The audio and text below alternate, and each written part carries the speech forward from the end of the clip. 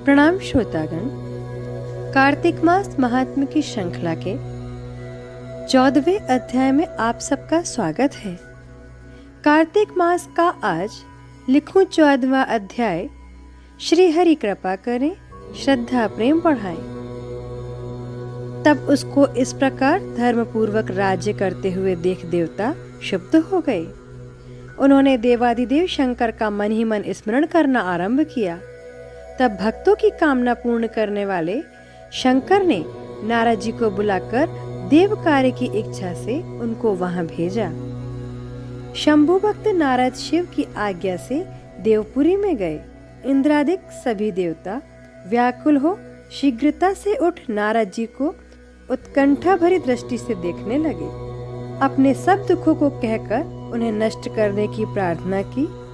तब नारद जी ने कहा, मैं सब कुछ जानता हूँ, इसलिए अब मैं दैत्यराज जलंधर के पास जा रहा हूँ। ऐसा कह नारद जी ने देवताओं को आश्वासित कर जलंधर की सभा में आए। जलंधर ने नारद जी के चरणों की पूजा कर हंसते हुए कहा, हे ब्राह्मण, कहिए आप कहाँ से आ रहे हैं? यहाँ कैसे आए हैं? मेरे योग्य जो सेवा हो उसकी आज्ञा दीजिए। नारद जी प्रसन्न होकर बोले, हे महाबुद्धिमान जलंधर, तुम धन्य हो। मैं स्वेच्छा से कैलाश पर्वत पर गया था, जहाँ 10,000 योजन में कल्पवृक्ष का वन है। वहाँ मैंने सैकड़ों कामधेनुओं को विचरते हुए देखा तथा यह भी देखा कि वह चिंतामणि से प्रकाशित परम दिव्य अद्भुत और सब कुछ सुवर्णमय है।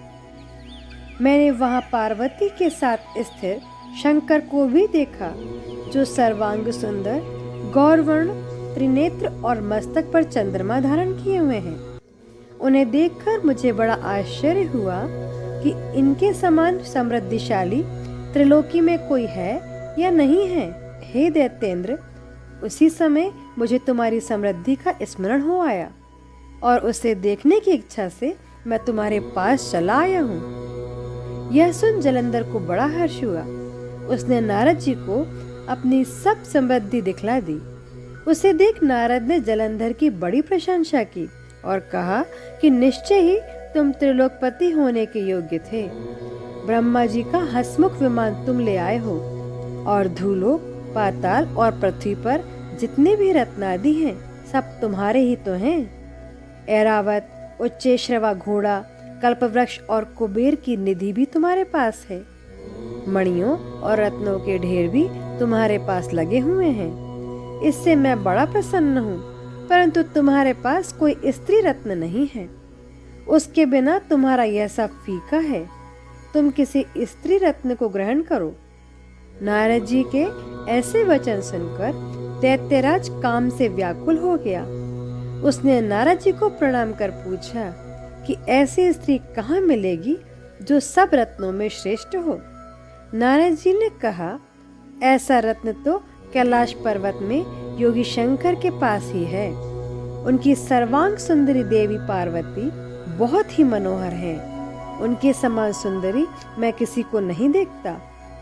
उनके उस रत्न की उपमा तीनों लोकों में कहीं नहीं है।